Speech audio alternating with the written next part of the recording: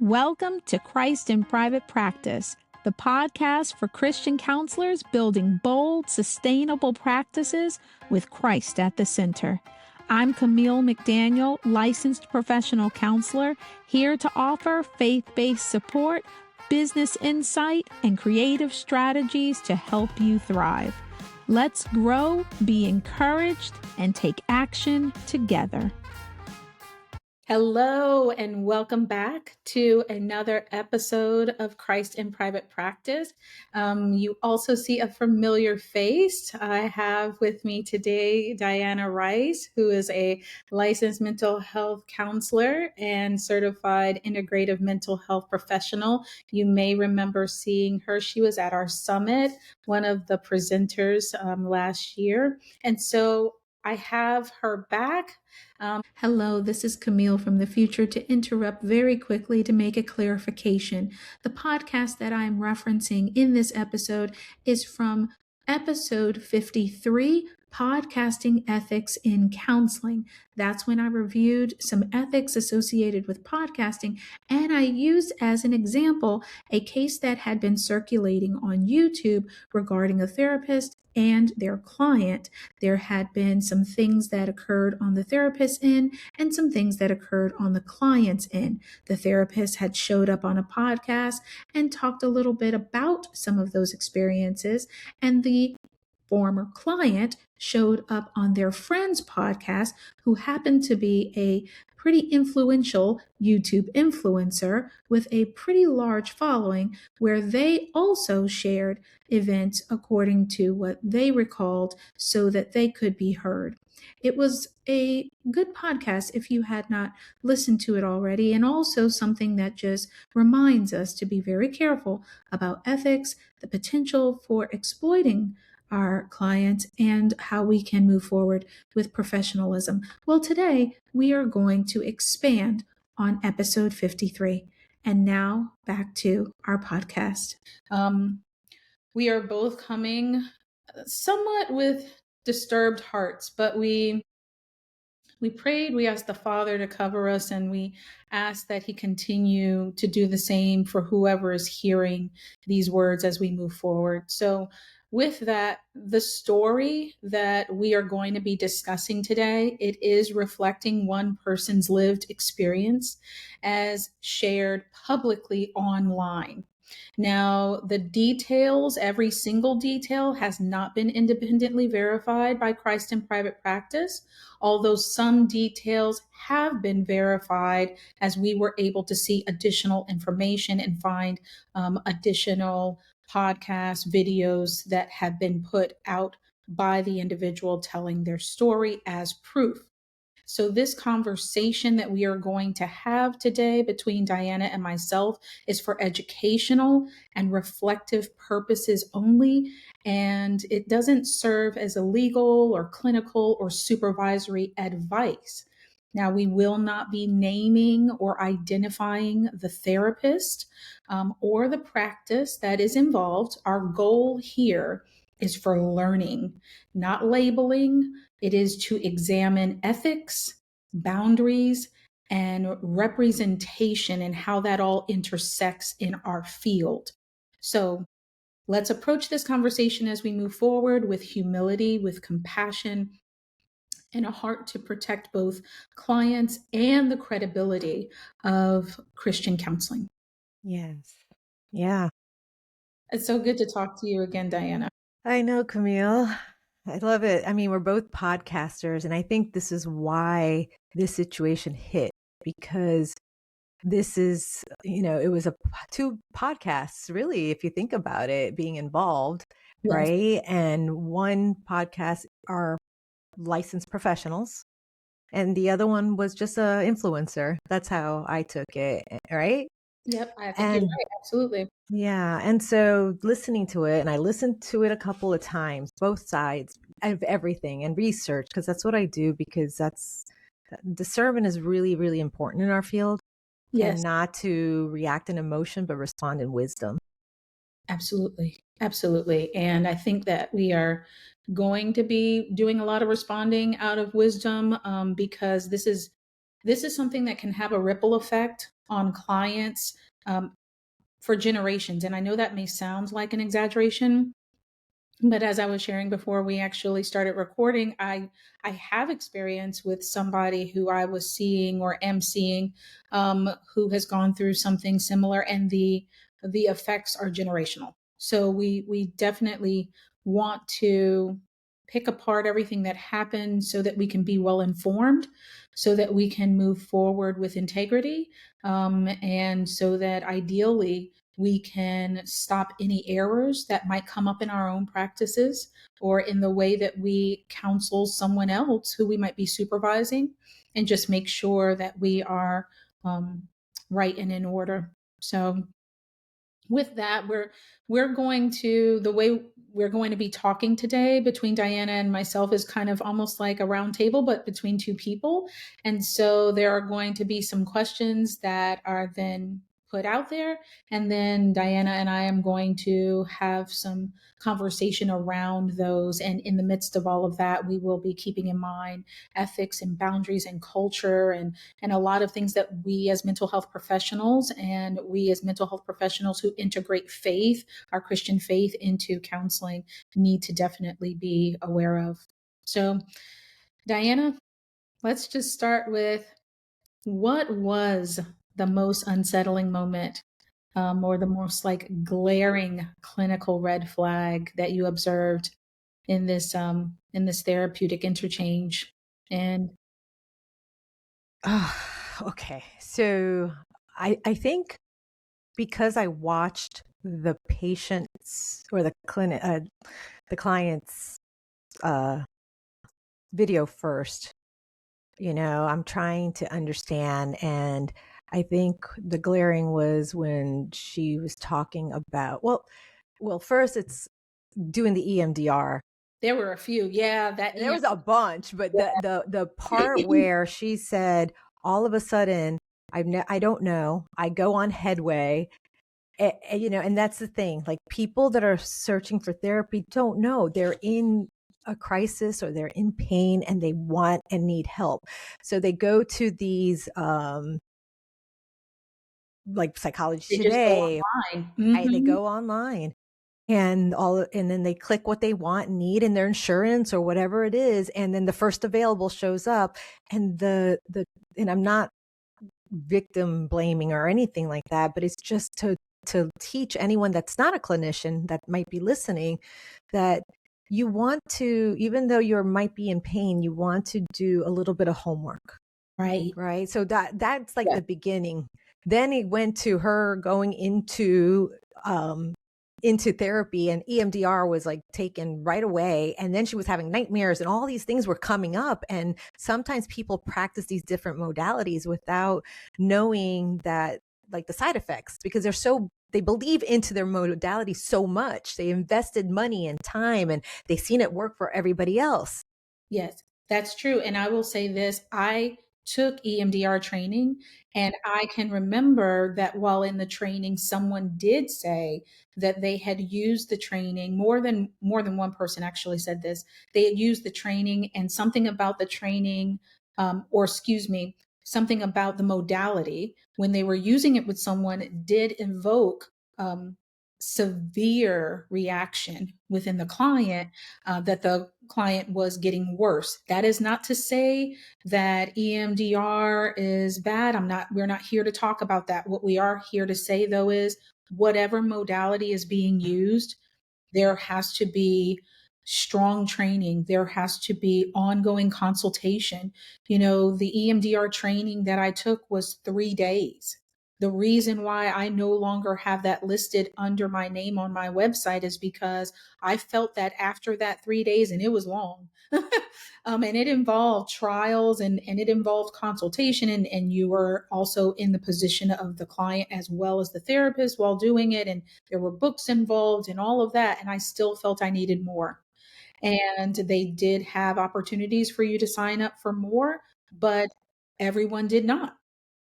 And so I did notice myself that, one, when the client was looking for therapy, they said they did not have an evaluation. They kind of just jumped into therapy. Yep. And I No. don't know if they did acknowledge they didn't know how this was supposed to work. So I don't know if maybe there was some sort of assessment that didn't feel like an assessment. I don't know, but I do know that they mentioned, I think on maybe like the third session, that they Yeah. dove into EMDR. And Yes. I will say from the training I went through that there are several steps that you are supposed to take before even seeing if the person is a good candidate for it Yes. at all. So Yeah. just because someone comes from EMDR, comes for it, does not mean that that's what they're going to get from you. Right. You, as the therapist, assess it's not a right fit and stabilization needs to occur before you move into that. Yeah. So to me, it was like informed consent, a full biopsychosocial intake. That's what sounded like was missing, Yes. right? A Yeah. trauma history. I wonder if the clinician said, hey, let's do the ACE test, adverse childhood experience test. Yeah. I mean, we do know, according to the client, that there was severe childhood trauma. Mhm. Right. Yes. Okay. But still, an ACE score, a baseline functioning, these are all non-negotiable things. I had EMDR. I come from CPTSD background. So when I had EMDR, I'm telling you, it was probably like the first 4 sessions was like deep, like really getting to know me. And then it Mhm. was the top 10 things. But this is the difference between someone being informed on their modality. Because, like, I could say I'm IFS informed. I am not certified. I Yes. know how to, and I make sure that my clients know exactly what I can do. Yes. Absolutely. Absolutely. There is a difference, and that's the informed consent that we are to give our clients. It's a part of our ethical codes.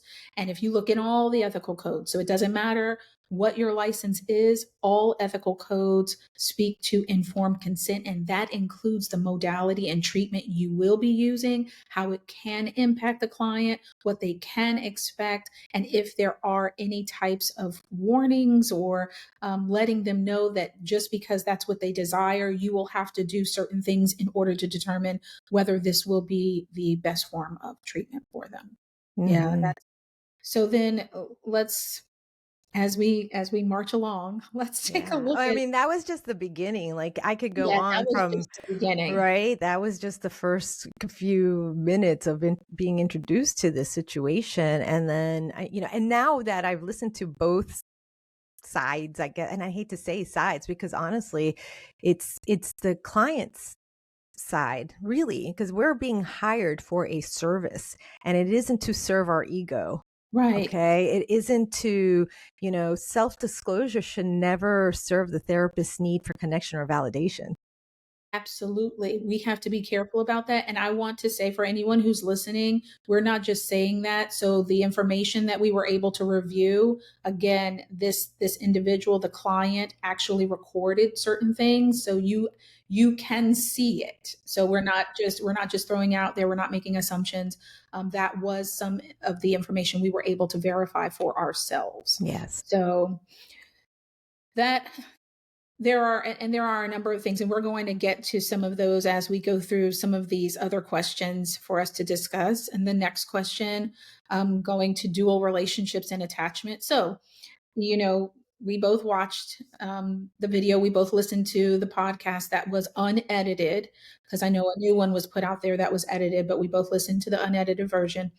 Um, and we also saw the video that the client recorded of one of their sessions. Yeah. No, I'm just thinking of the whole time the therapist is talking and talking and talking. And I'm like, this girl's paying this therapist this money, right? It's a service. Like, I'm like, it's a business mindset too, but with ethics and kindness and love of what we do. And And so, then she's like, oh, here, look, watch. But yeah, that was, I think, the relationship. Remember, I think they had it for 18 months, correct? I believe so. Yeah, it was definitely over a year. Yeah. Um, So I think it was and 18 so, months. and as Diana is saying, like, look here, watch, she's referring to a portion of the session where the therapist, the client asked, should we be talking about anything in particular right now? And I guess there was no place for the therapist to go in conversation. If you ever find yourself stuck in a session where you are not sure where else to take it, you can always stop and at this point in time do an assessment of what the client's thoughts are. Ask the client what their thoughts are on the progress so far, on the treatment so far, on their thoughts right then and there. If you ever get stuck and don't know where else to go, stop. Ask the client how they're doing. How are they feeling about so far what has gone on with the changes that have been made in their life? You can take assessment at the time. Instead, what the therapist did, as there may not have been anything that they could think to talk about, was they said, as Diana just said, look here, watch. And it was a video of their family members, two little children, who were kind of, I think, playing or running or whatever they were doing. And it had nothing to do with the session at hand. And so, I mean, and I also want to say, like, I get it. Like, I know that this therapist, there are certain diagnoses that, you have to, like, have a little more, it's, CPTSD or borderline or whatever the case is. Like, you're trying to make connection. I get it. We're dealing with human beings. We're dealing with live lived experiences, and we're trying to have rapport and connect. Right. And oversharing sometimes, like, I've heard it, like, where it's like, no, this therapist actually knows what I'm going through because she went through it too. And so, okay, fine. Like, I get it. I'm going to be honest. Like, I am guilty of sometimes, not all the time. Like, I've learned lessons. We've learned lessons as clinicians as we grow, right? Just like our walk with the Lord is sanctification. You're growing to be more like him. Well, with me, it's me growing to be a better therapist in order to serve people well. yeah. And so with this situation, though, it was just like, I don't know if the clinician knew what she was getting herself into, or is this a result of just because, remember, her background, she knew about this diagnosis big time, like that, according to what right? So sometimes I've seen this with medical professionals and stuff, because you're working with a certain situation, say like a doctor, like an oncologist. It's like, you're seeing the same thing over and over. So you're just now in that, okay, this is what I do in this situation. Yes. You can And get a little bit of tunnel vision. So, yes. certain things can kind of catch you off guard then. If you're like, Mm-hmm. oh, this is how this usually presents. This is what usually happens Right. where we're This is going. how I usually work, and it's worked for all Yes. these years. Yes. You can also feel as though you've met with a client so much, you pretty much kind of know them. And so this is kind of a little bit of a wake up call to say you don't Mm-hmm. ever know what twists and turns might take place in the therapy session. And when you want to share, because like you're absolutely right, we're not robots. So, rapport is built in different ways depending on geographic location and culture and all different things, gender. And there's a lot that goes into how we build rapport with our clients. A great rule of thumb, a great way to stay ethical is if you can then help yourself to be able to explain or know that if called into question, you can explain why you shared what you shared and you can tie it into how it is therapeutically beneficial.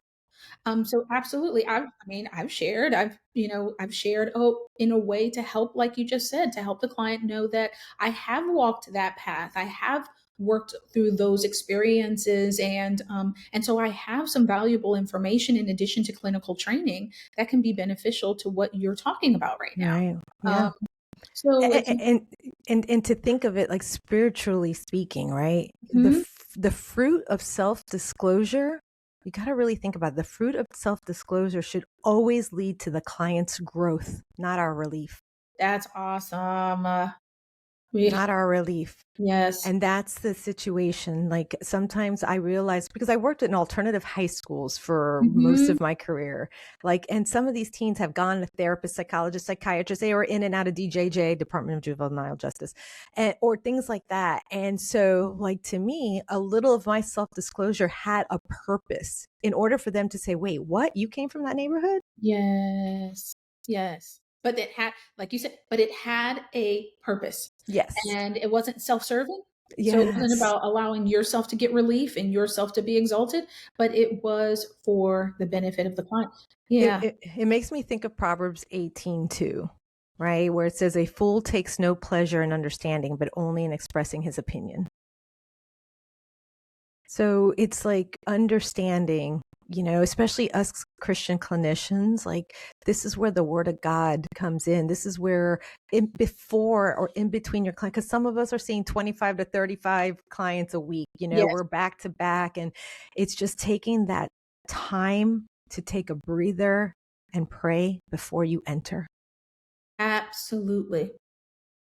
So that you can be humbled, so that you can do the work he has set for you to do, so that Mm, you know what, if you get some kind of glory, your clients are thanking you and they really, then wonderful, that's icing on the cake, but you're not going into it doing it for any of that. You're that's doing right. it for them to get healing, whether you get any recognition ever or whether Yeah. you get recognition. Yeah, Yeah. absolutely. So And then so are we going to talk about like, I know we're talking about like the client's point of view, but I think what disturbed me the most, Camille, the whole thing, it's not disturbing. It just made me sick. it It made just me hurt. sad. Well, It hurt my heart. It hurt my yeah. heart. It Mhm. hurt my belly. I Yes. just felt it all over. And I'm just like, Mhm. and I cried. I literally cried going, oh my goodness, because I was trying to understand. I get where the clinician too, like I can imagine how scary that is. I can. Just like, because especially if you don't know the person and all of a sudden it just got out of hand. Yes. But the way it was presented, and it wasn't just that clinician, it was the hosts. When I was listening to some of the things that were edited, Yeah. That one was okay, but that wait.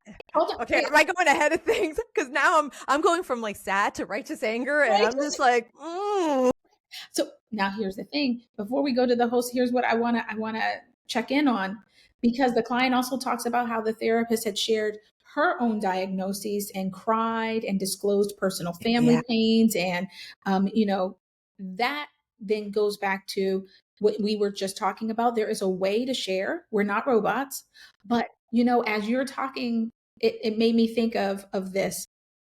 I wonder what that therapist was going through that was not really healed. Even though she yes, said she had done her own work, she had done a lot of work, but there was a blind spot. And yes, there obviously had been some pain tucked away somewhere. And so for us as therapists, we're humans. We have a variety of lived experiences, and they're not all pleasant. They're not all pleasant. And so it is in that, like in the fact that the client then alleged that the therapist told about her own diagnosis and cried within the session, and and the way it was presented, it wasn't like you shed a tear because your client was going through something and you felt. It was more like maybe there was some tears that was shed and it was coming from her own stuff, right? And so this is where we want to all be very aware of what we have gone through as human beings and how it might be triggered by some of the individuals that we serve, and never being afraid or ashamed to say there is a part that is not healed and therefore I don't know if I'm the right fit to go in this area of challenge or of mental health struggle. Sometimes we may know that like our healing allows us to then better help people who have gone through things that we have healed from, but we have to be careful that those things that we have gone through are not going to then just show up.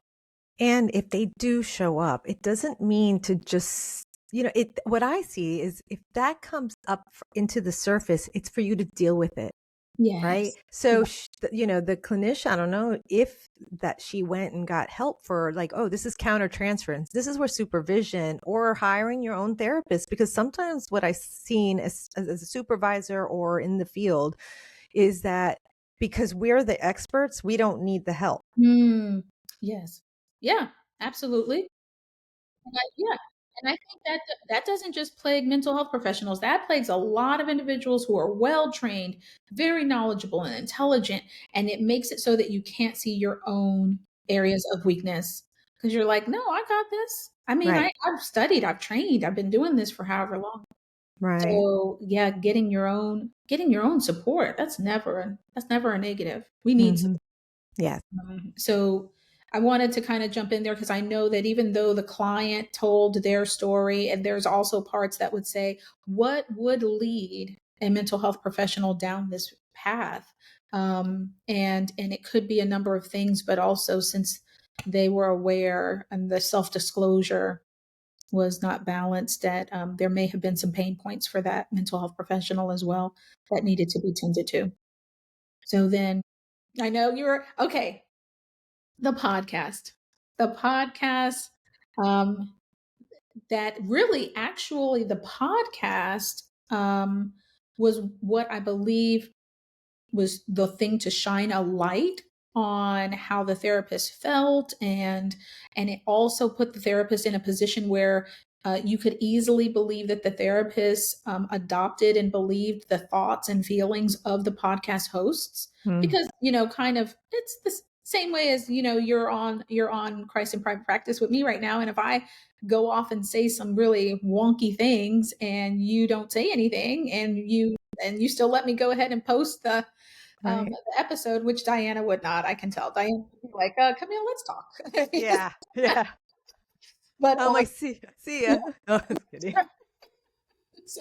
but it could be easily misunderstood or understood that your therapist then aligns with this way of thinking. And so, what were your thoughts in listening to that podcast? What started coming up for you? The unprofessionalism, the how they were speaking, cursing. It was just, the immaturity, Mhm. um, Yeah. just eh, the ego. There was Yeah. there was a little Yeah. bit, and I'm not talking about the actual clinician of um the client, because honestly, I understand as a podcast host, a guest is coming onto your show, right? Because they're either wanting to share their expertise or they're selling something or whatever the case is, right? So understanding that this therapist A, we'll call her, went on therapist B and C's podcast, and the therapist B and C, what they said, that to me, I was just like, oh my word, how you're in this field to help Mhm. heal people. Yes. And when they describe certain diagnosis as, the dreaded or whatever Yes, it was, it was that's where dreaded, or that, the one no one wants to work with. yes. Can you imagine the person that has that diagnosis and listening to that? Like, Right. that's where I cried.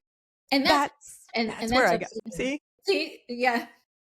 You know why? Because that one thing, that one sentence can make a person say, see, I knew therapists thought that. There's no point in going talking to them. They only kind of think this way about me, think that way about me. Yeah. Well, it's a Because I know, stereotype that you're believing already, yes, or you're suffering, and then now a therapist is making you suffer more. I'm like, what the flip? yes.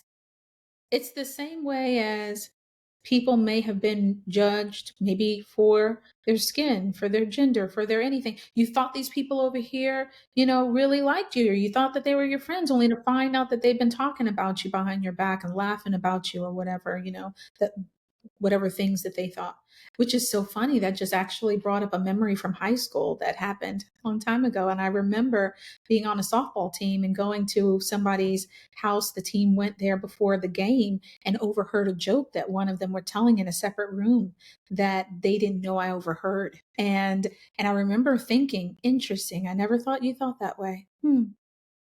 So like that, just as you're talking and sharing, and as we're going through it, it reminds me of what it's like to have someone that you thought, or people that you thought were pretty cool with you, right?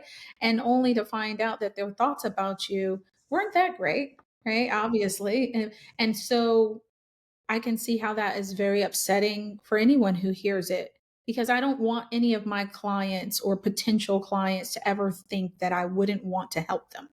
Or I or or think what they're going through is funny, because that was like Right. part of, did you, I mean, like, Yes. that's what made me uncomfortable Yes. listening to this. It was just like, wait, how did Well, we yeah, get, because it was kind of presented like, "Oh my gosh, poor you for having to work with them. You're a yeah, rock star," because that's, yeah. like, not the ones that anybody wants to Yeah, work it with. was like an It's like ego fest. I don't know how else to yeah, explain it. It was, and then finding out that then that whole entire thing was clipped or edited. So then get it what's out presented out, because I'm there was like, backlash and, and then they edited it out and then put it back up, but it was too late.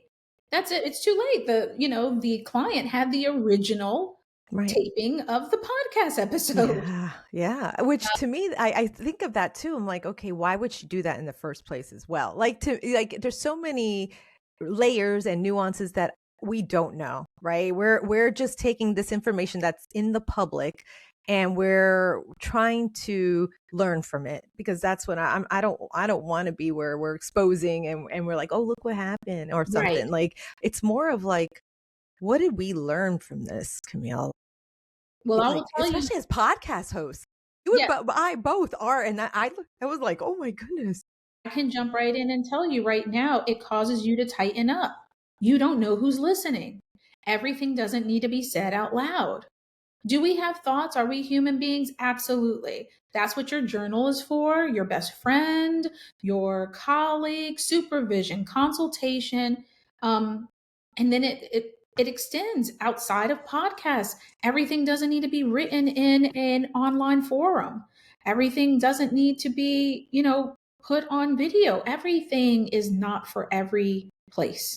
That's right. So we have to be really careful because this is a lesson. So like you said, so it's not like, oh my gosh, look at what happened, but this is like, oh my gosh, look how this took a turn that no one saw coming and got way out of control.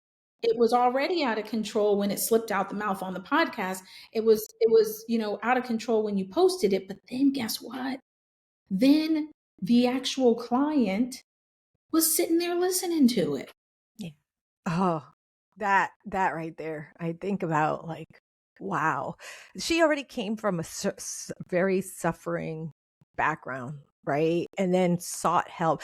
And we should tell the audience she ended up with a therapist that actually helped her, which Yes, is so there was hope. Like this is what we yes, need people to understand. Like we're not everybody, like I'm not everybody's cup of tea, right? Or so like I know my niche, and I think that's important for practitioners to know like their own blind spots, what they are actually good at because you can't be good at everything because there's so many generalists out there. And it's because, especially if you're in private practice, you have to pay the bills. And I yeah. get it. So Mhm. sometimes there's that lull. So, okay, yes, I'll do it. I'll take it. And we rush through the consultation. Like I now have for, for a 15-minute consultation, for me to actually have a consultation, you Yes. have to answer a 10-question thing before and then in the consultation, you have more questions just because I want to thoroughly vet who is coming to me Mhm. so I know if I can, because guess what? There might be somebody that I might, I have my own stuff too that Right. I work through. Yes. So, you know what I mean? It's like, how do you create your private practice or your practice so it actually is functional for the client that you're serving? Because remember, you're doing a Absolutely. service, Yes. and for you to keep your bandwidth healthy. And I think for us as clinicians of faith, if we are going to allow Christ into our businesses, the business he gave us with the gifts and talents he gave us, then we're going to lean on him and not worry when we see that there's a slowing down, maybe of a certain season, or if we notice that maybe there are certain clients we are not a good fit for because we don't have the specialization, the training, the skill set, and then we worry, oh my goodness, how many more people am I going to pass on? Will I lose money? Where does faith then come in? And that's where we have to lean on the Father to say, Amen. I'm not going to rush this process. I'm not going to take people that I might not be able to serve. If I take somebody on And Lord, if I find out at some point in time I'm not the best fit or I can't take them the rest of the journey, I will be honest. I will share that with them and I will try to provide resources and referrals for someone who will be a better fit. Yeah. Um, Know your, the legal and ethical of your board, because we're yes, licensed. We're clinical clinicians that have a license. First, do no harm. And I've yes, had a situation, Camille, where, after about 6, 7 months, I realized I'm like, oh yeah, because that's what happens too. mhm, Like we have to be, in reality as well, for as a clinician, is like, somebody comes in presenting one thing and then all of a sudden it's another thing, and then it's like, okay, now how do we deal with this without hurting them? yes, First, do no harm. yes, And this is why it's important to also have your backup resources ready. No matter who it is, have it ready. Have This is collaboration. This is why I'm in that mental health professionals group, because I know, like, all right, guys, like, this is for couples. I'm not a right. couple therapist. There you go. Right. So it's like, let me actually have some people that I can refer to. Let me kind of build Hmm. my network. Yes. And as we talk about that, that kind of goes even to another question that was going to be presented and talking about um, abruptly ending and how to properly terminate. Hmm. So in this particular case, the client alleges that the therapist said that the client needed a higher level of care, but that all care just abruptly ended. And they were, I think what happened was, though, the client had some financial difficulties, said that they needed to take a couple of sessions off or take a little break. And then when they tried to come back, the therapist said, no, you're not my client anymore. And that sent the client into a tailspin because they're like, whoa, what do you mean? Like I have to start all over again? What's happening? To which then the therapist said, well, you need a higher level of care. Hmm. And And this is a difficult one, Camille, because it could be, as a professional, all of a sudden you call your insurance company with the lawyer, and the lawyer's telling you just got to end it. And this is such a hard part, because it's like, what do you do with that? Like, you're trying to do the right thing. Maybe, I don't know. I don't know this right. clinician's heart. But I honestly, too, though, I think because of all the emails and the showing of the diagnosis more and more of what was happening, she was realizing, like, oh my God. So she probably got scared. And Yeah. so this is a thing too. Like, this is such a hard situation that we can learn from on both ends, because, putting myself in the clinician's shoes, it's like, oh my goodness, the fear she must have felt when she was receiving all that stuff to her, which, The client, so as everyone is listening, the client acknowledged that as they started to spiral and feel as though they were losing connection with this therapist because they thought the therapist was just done with them, they started emailing them. And the client acknowledges that they were out of bounds, basically above and beyond with the emails, to the point where the therapist then had to seek some legal assistance. And I would say that, yeah, it is scary, especially if the emails have a certain tone and if they don't stop, and especially after you have already disclosed certain things about yourself and maybe even your family. So you're like, now I've shared all well, this information, and the didn't the client say, "Hey, I know your address," and said that in that yeah, video? And I'm sitting there like, yeah, okay, oh that's wow. And then I think that might have been the moment where the yes, clinician's like, okay, what do I do now? Because you yes. don't know. You're trying, sometimes as clinicians, we just mean well, like we're trying to do the right thing from what we learn. And then something happens, and then, somebody else who's got trauma or has what, I don't want to say the diagnosis, but was in psychosis because Mhm. of all that, attachment situation and break. I mean, that systemic failure. Like, how else do you explain it, Camille? Like, it was abandonment that happened so suddenly, but disguised as a boundary. And but see, that's what it was, right? Because when we do have to let go of our clients, I guess that's something else too that we want to take as a lesson from what we have witnessed with this situation. How are you assessing your client's progress along the way so that you are able to, not out of panic, but out of being well informed, how are you able to then let them know you are going to need a higher level of care and start actually integrating that into the conversation? Are you assessing along the way how they are improving or declining?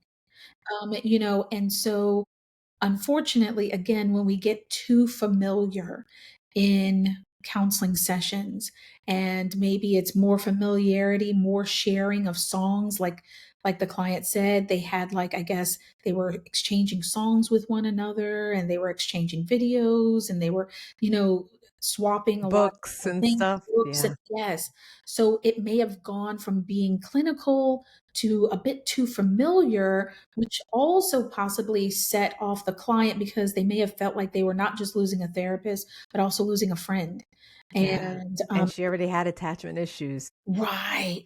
So what we can then learn from it is making sure, in addition to the boundaries we've already talked about in this episode, that we are assessing our client's progress or decline. And what we then will be able to do is kind of get ahead on whether or not a client needs to be referred out. So it won't feel like abandonment, especially for clients who have attachment issues and serious trauma in their So past. it would be preparation, Mm. closure, and referral. Preparation, Yeah. closure, and referral. And I know I had a situation that it was difficult. Like these client came in with, if we're dealing with hardcore like trauma cases, right? Because this is what we're hired for as a clinician, some of us. Yes. And it is understanding, like, first of all, not to take things personal yourself, because sometimes it is scary, especially if you don't understand other people's cultures, because that's what I got after listening to it twice, the therapist podcast. It was just, and the the client side is just like there was a disconnect. Like I'm like, oh, so being culturally competent is super super important. Just because you were in community mental health, you still don't understand the culture of a person if you really did not grow up that way. That's true. So, Unless you studied it, unless you yes, really ask for the information, because with you come in with how you are, not how the world is. yes. So I guess it's almost saying that we need to be prepared to always be students, always be willing to learn.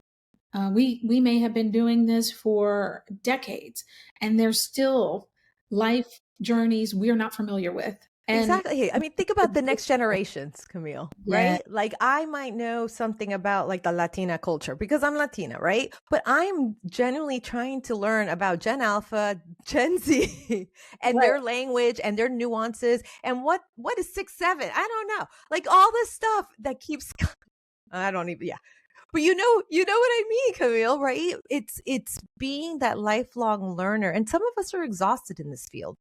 We are. Yes. We are. We are burnt out and we are exhausted because it has like mental health was never spoken about, and we're breaking stigmas enough now that we have the TikTok therapist or everybody wanting to be this famous therapist, or they think it's so important to be in the public eye. So, how do we balance that? Like honestly. I think that, okay, so maybe a little unpopular opinion. I don't mean for it to be, and I definitely am not stepping on anyone's toes because I'm definitely not perfect, but we have to check our pride because we have to make sure that pride is not getting on in there and speaking in our ear and saying, look how great you are. Look at all these people who liked your post. Look at all these people who are commenting. You're saving all the people. You got this down pat, right? We It ha- appreciate, a it thank you. happens in the pulpit. Hello. Why are you trying to bring up a whole nother episode? Look, I'm Diana has to come back.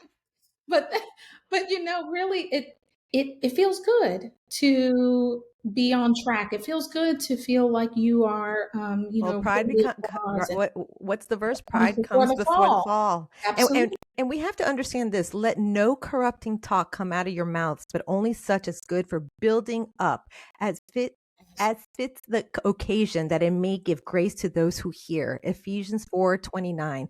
We got to remember that, because many therapists that I see out there, they exploit trauma for clicks and clout. Yes. And do you want to be that That's not what we're person? here for. No, that's not what we're here to do. No. Again, if you never got an applause, if no one ever looked at what you put on social media, would you still do it?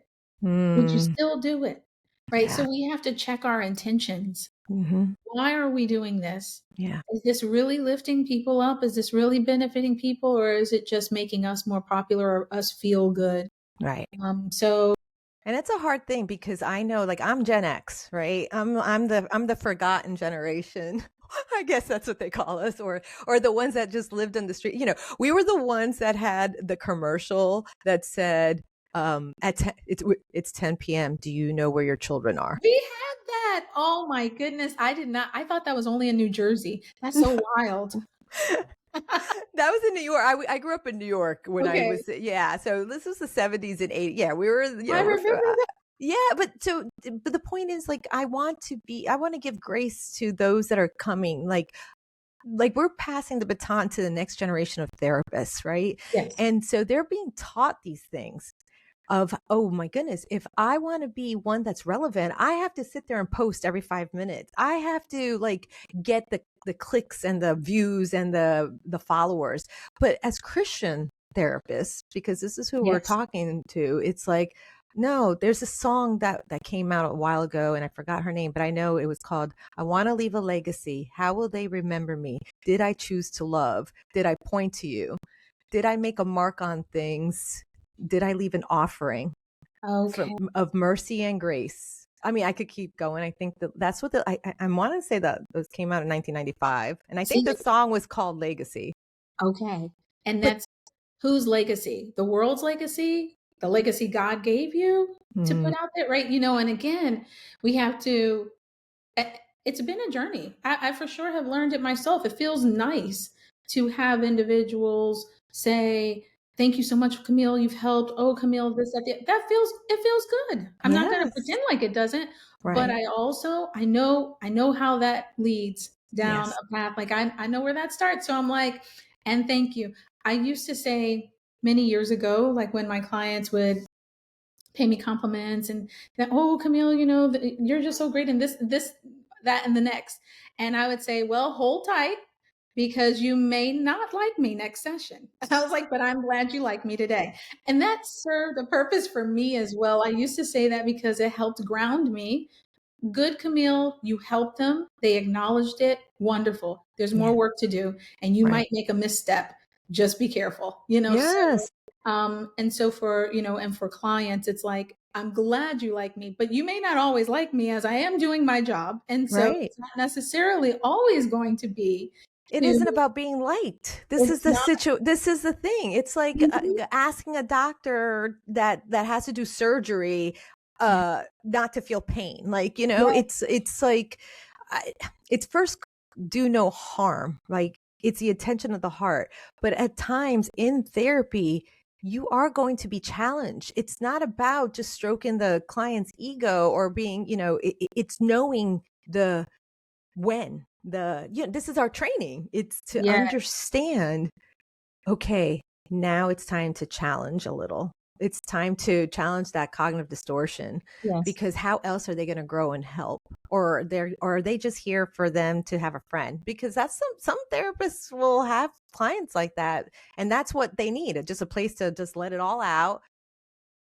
So it's discerning and understanding, you know, what your clients need, but to move them forward. Because honestly, Camille, there's people in our field that keeps clients on purpose Yeah. to get the money. Yes, unfortunately, right? And so for those of us who are practicing Christian counseling, we don't worry, we should not worry about that, because if we're doing that, that means we are steering the boat, we are driving the car, and we are not allowing the Lord to have his way in our business. If we are so afraid that we may miss out on money and miss out on opportunity, that it leads us to do things that are unethical. You know, Yeah. What comes to mind is like, are we here with our gifts and talents trying to build the empire, or are we building the kingdom? and okay, and that reminds me of a passage that says, "What does it profit a man to gain the whole wide world and lose his soul? Or what will a man give in exchange for his soul?" And that's in the book of Mark, and that's where we can get caught up. Like you said, in the generations who are coming, after us, and we're passing the baton, we want for them to know you don't have to be the social media superstar. I know the world is telling you everyone is online. That that's not necessarily who's going to fill up your calendar though. And it's fine if you feel led and if that's how the Lord is using you, but make sure that was the assignment he gave you and not the assignment that you gave yourself. Yes. We can find ourselves in a whole lot of But situations. and sometimes what happens is we become very Martha-y, like instead of Mary, where we just are like doing, doing, doing, but we're doing it for you, Jesus, but we never stop to ask him. We're doing it for him, not with him. Right. Oh, And the reason I could talk like this is because I have gone through so many yeah. things, and so this is where I'm at now. This is where these gray hairs come into play. But you know what? It's true. And that I think is another, and that gets to the heart of it. And I'm glad you said that. We can say this from a place of having been doing this for a while now, having just been living for a while now, and saying, hey, we want to talk about this because we want to be able to prevent anybody else Yes. from falling into the trap. Um, and if you find right now that you maybe are doing any number of the things that we mentioned in this podcast today, then it's all right. You can turn around starting right now. Consultation is something you should never shy away from. You get yourself in a situation, you're not sure what to do, reach out and consult with someone that you trust. You find yourself in a situation and you feel like, well, I need to do even more than consult. Contact your liability insurance carrier. You know, um, because it is much better to consult first your ethical codes, consult your commitment as a Christian walking this path, consult your attorney, or consult a colleague in the field that you trust. Because Yeah. you don't have to do this alone, and it is doing things that seem right in our own mind Mhm. that sometimes can get us into a bit of a sticky situation. A pickle. Yes, a pickle indeed. So, is there any other thing? I know we could keep on going, but we can't because of time. The time. We certainly could because there are so many different ethical codes. There are so many Yeah. things that sometimes I think get a little rusty in our mind. I mean, when's the last time everyone has checked their ethical codes for their different licenses and just brushed up Especially on? with social media and because this is a changing, I mean, now you have AI. That's a whole nother episode, but AI and utilizing and podcasting, right? And Yes, actually I'm creating in well, by the time this comes out, it should be done. But a CEU, a 3-hour CEU on because not only after you gave me this, but I was already looking into these things as a podcaster because people ask me questions all the time, like, how do you do this and that as a therapist? And I'm like, so I had to review and research and look and how, I have a disclaimer on my podcast at the end where it says, hey, listen, if you are my client or how I respond on my blog, like there's certain things like I want to, we should go back to the original father of psychology where it's Freud, where it says, be that mirror and first do no harm. And, sometimes it's like, why would you share? And what is it that you're sharing? Like, yes, be responsible for what you're doing and why. Like, I have a mission and vision statement of my podcast when I first started it yes. on purpose because I could get so excited about things and then I'm like, oh no. And then I pray, like prayer is probably my number one thing, Camille, is like, all right, Lord, do I want this person on? Why? Right. Yes, that's perfect. All of that is what we need to think about. Why are we doing any of the things that we're doing in our sessions, with our blogs, our podcasts, our videos, any of the thing, social media? Why are we doing it? Because we can get swept away in what's popular, but it may not be your assignment. Yeah. Well, I just want to also bring in that this therapist, created a whole course because of the situation. Okay. And I get it. And you know what? It's profoundly unethical to share client material publicly, even if you're not naming them.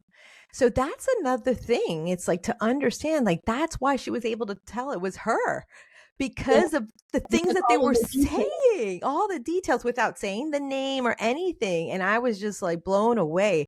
And how easy was it that the two of us were able to pick up everybody's information? That's what Right. scared me too, because That's as a podcaster, I'm sitting there like, oh, this is the World Wide Web, right? really is. And I think that's the other thing. So you going back to our ethics and our ethical codes, when we are talking, even consulting, whether online in an online forum on social media, whether we are on our podcast, you cannot, or in a training or any example, you can't give out enough detail that someone might be able to identify themselves. And that did happen. And then where the client got upset is because not only were they able to identify themselves, but then they said, and then you made money off of my situation because you created a program and then started pushing it out to all your other therapist colleagues. And And it to was make her look like a demon. Like like, see here I get upset because I'm like, wait, oh my gosh. So, yes, and I get it, like it's like tone deaf. You know what I mean? Like, it's just like, wait, this clinician has no clue like what is happening right now, or yes. does she? I have no idea. But that's the thing. Like, it took me a lot. Like, like, now what do we do? Do we report her? I'm like, nah, like, how does this work? She's in a whole different state than I'm in and you're in. Well, the But thing this, is, the client reported the therapist to the board in their state.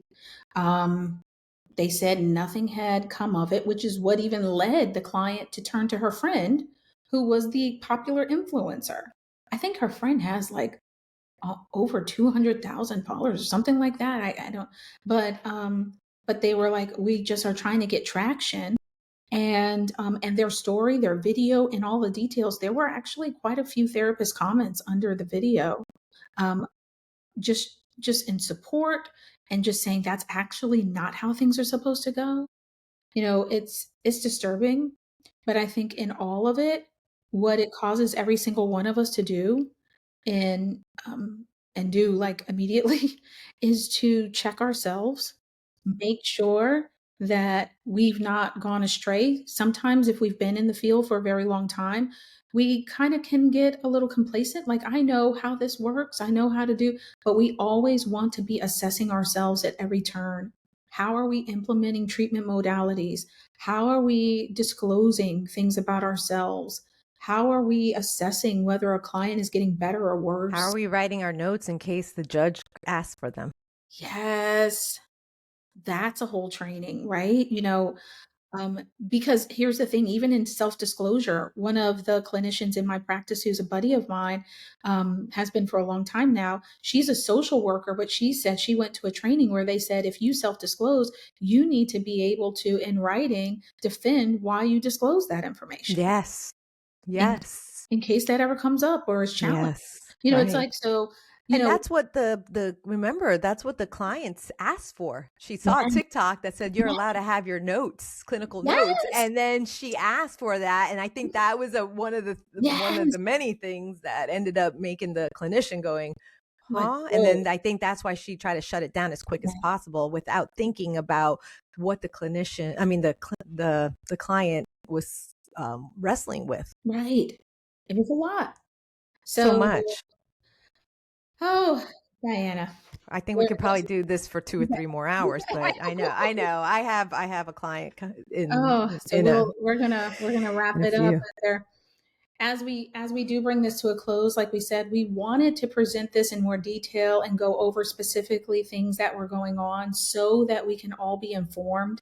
We wanted to be iron sharpening iron for all the ears that might be listening, and so that we can get ourselves right and in order, or stay right and in order. Yes. Um, if you would like to contact or reach out to Diana, because we are going to bring our episode to an end, she's available. We will have information in the show notes. She is the CEO of Through the Valley Therapy, but she also is now putting a lot of effort and direction is going into her other business, which is Transformed Mind Consulting and Coaching. And she is preparing other people for presentations, for seminars, for how to present their thoughts and ideas, as she actually has already been doing that. The county she lives in, online spaces where she has been informing and teaching people, and she is now going to pass that skill on. So I will have all of the information to be able to reach out to Diana in Thank the you. show notes. So Okay. Diana, it's always wonderful to talk to you, because you have such a well balanced way of presenting things that we need to think about, and I always appreciate that. Thank you, So Camille. absolutely. Yeah, I'm Any glad we got to talk about that. Yeah, I just want to make sure that, to understand that our witness as Christian clinicians is not perfection, but Mhm. but accountability. If Yes. we're too proud to say sorry, we're in the wrong profession. Okay, so let's remember this. Let's end with this Bible verse from Psalm 51:10.